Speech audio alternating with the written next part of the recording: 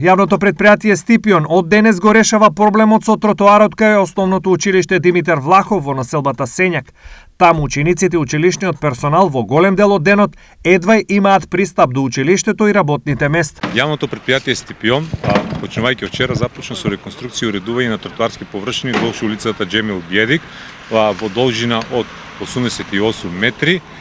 Главна приоритетна цел на оваа активност е обезбедување на безбеден коридор по кој децата би се движиле до училиштето. Според Зајков, работните активности овде ќе траат неколку дена.